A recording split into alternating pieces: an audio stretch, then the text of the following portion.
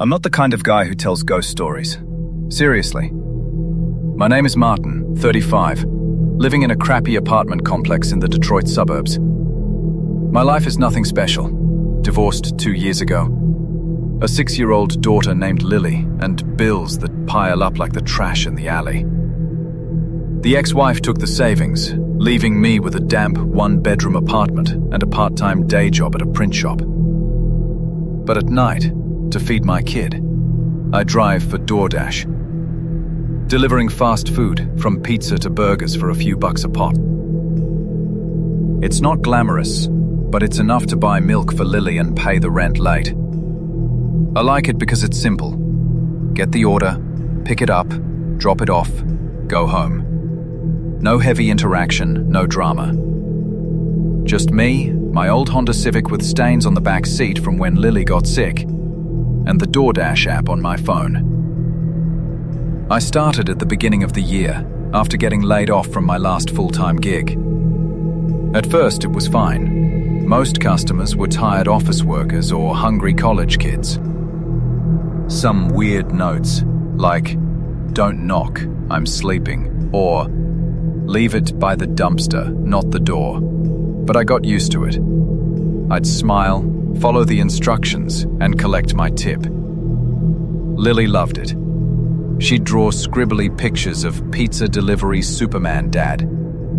I hung them on the fridge, right next to her kindergarten schedule. Late nights were my sweet spot. Less traffic, better tips from people too lazy to go out. I'd drive from 10 p.m. to 2 a.m. 3 nights a week. It was enough to get by. That night was a Tuesday, early November. It was pouring, that classic Detroit rain, cold and biting, seeping into your skin like needles.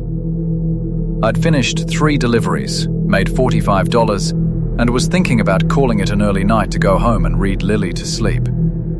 She was with her grandma, but I hated leaving her for too long. The app buzzed at 11:45 p.m., an order from a small convenience store on the edge of the industrial district. The list? 1 large bag of potato chips, 2 cans of soda, and a box of chocolate cookies. Simple. The drop-off, apartment 4B, Elmwood Arms building. A rundown complex about 15 minutes from my place. I checked the notes. Deliver at exactly 12:03 a.m. Do not knock. Do not look back. Leave at the threshold and go immediately. Weird. Why the exact time? But the tip was $20, double the usual. I figured, maybe it's for a late-night party or something. I accepted and drove into the rain. The convenience store was empty except for an old cashier dozing behind the counter. I grabbed the items, threw them in the red DoorDash paper bag, and took off. The rain hammered the windshield, the wipers groaning like a dying animal. The radio was issuing a weather report. Flash flood warnings in the suburbs. Avoid low-lying roads. I scoffed. Elmwood Arms was on a hill. It'd be fine. The road there wound through an abandoned industrial park.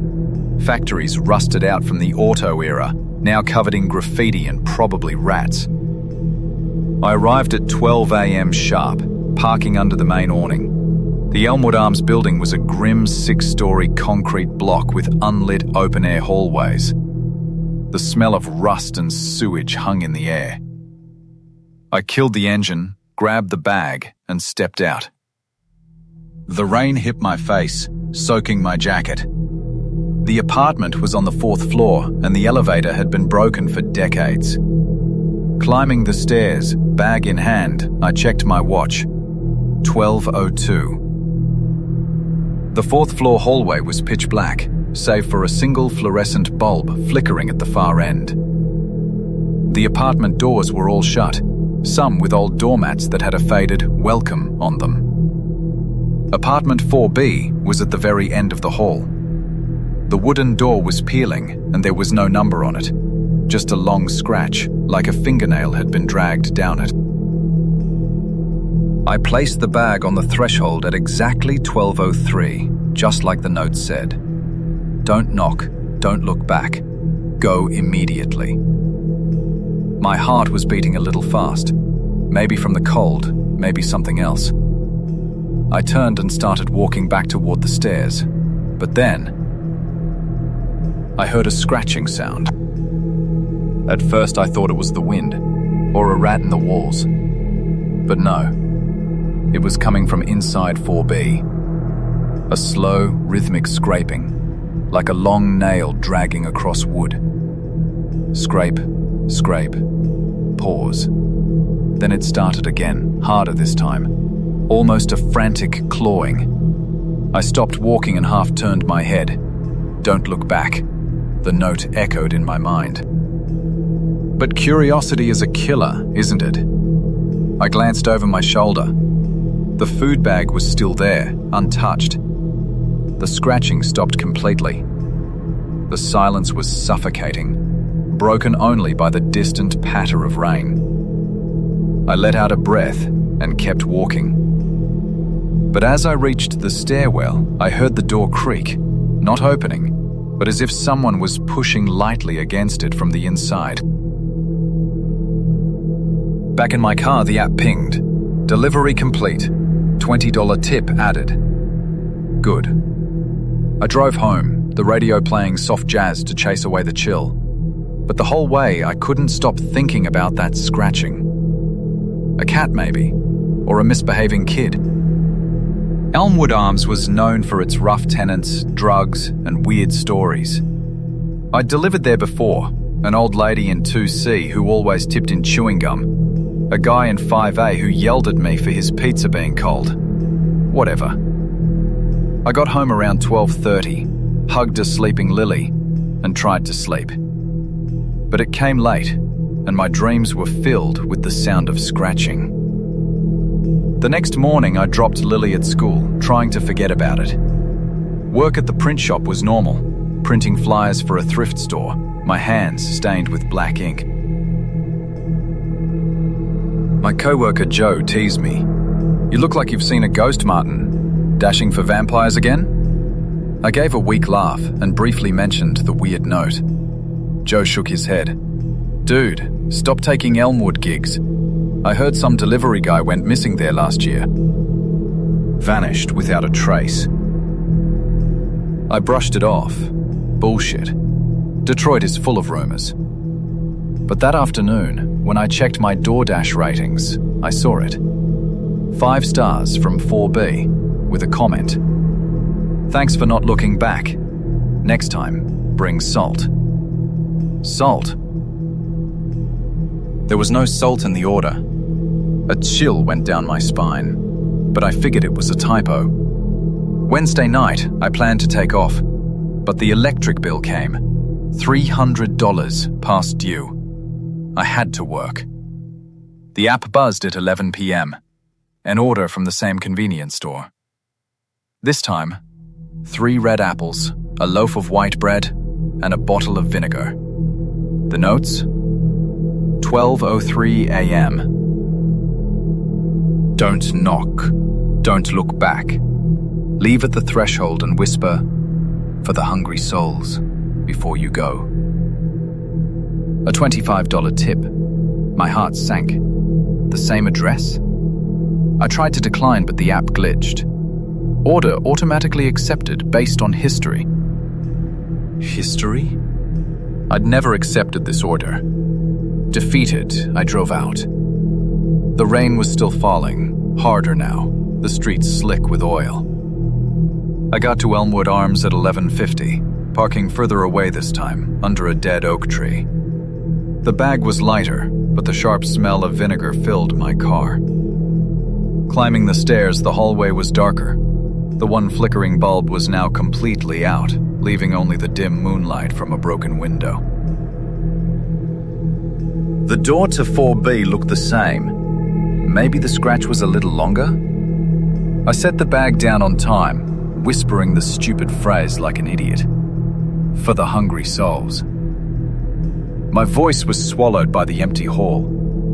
I turned and walked away. The scratching started again, instantly, fiercely, like multiple nails at once.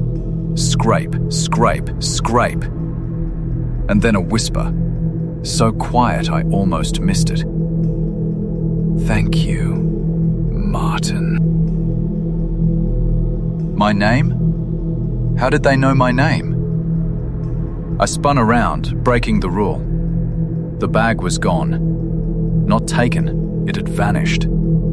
The threshold was empty, except for a murky puddle on the floorboards, spreading like diluted blood.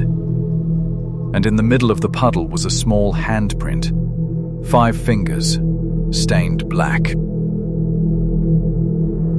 My heart hammered against my chest. Cold sweat broke out on my forehead despite the rain. I scrambled down the stairs, slipped on the last step, and banged my knee hard. I got in my car, locked the doors, and sped home. The app pinged. Complete, $25 tip. Comment, salt next time. We are thirsty. I deleted the app right then and there, my hands shaking so badly I dropped my phone. The next morning I called DoorDash support. The representative, a woman with an Indian accent, apologized for the system error and promised to look into it. But they couldn't find any account registered to 4B. It was likely a fraudulent address, she said. I scoffed. Fraudulent? The tip was in my bank account.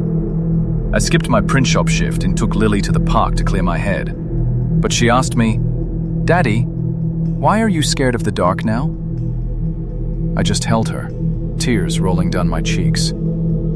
I never used to be, but now I was. Thursday night, my phone rang, an unknown number. I ignored it, but a text came through. New order, 12:03. Bring salt. Don't look back. From DoorDash? No, a blocked number. I blocked it, but the app reinstalled itself on my phone. GPS. The order. 1 large container of salt, 2 lemons, and a paring knife. A $30 tip. I didn't go. I lay in bed next to Lily, listening to her breathe. But at midnight, the lights in my apartment flickered. I heard scratching, not from outside, but from under the floorboards of my own apartment. Scrape. Scrape. Like someone digging their way up from hell. I shot up and checked. Nothing. But the wood floor under Lily's bed had a fresh scratch mark, identical to the one on the door of 4B. The next morning, I moved us out to a cheap motel 10 miles downtown. I called the police and told them about Elmwood. The officer was old, his face a road map of wrinkles. He looked at me with pity.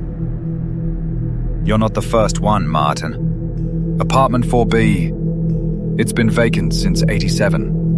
There was a fire, a family of 4, parents and 2 kids. They were trapped inside, scratching at the door for help. No one heard them. Now they're hungry."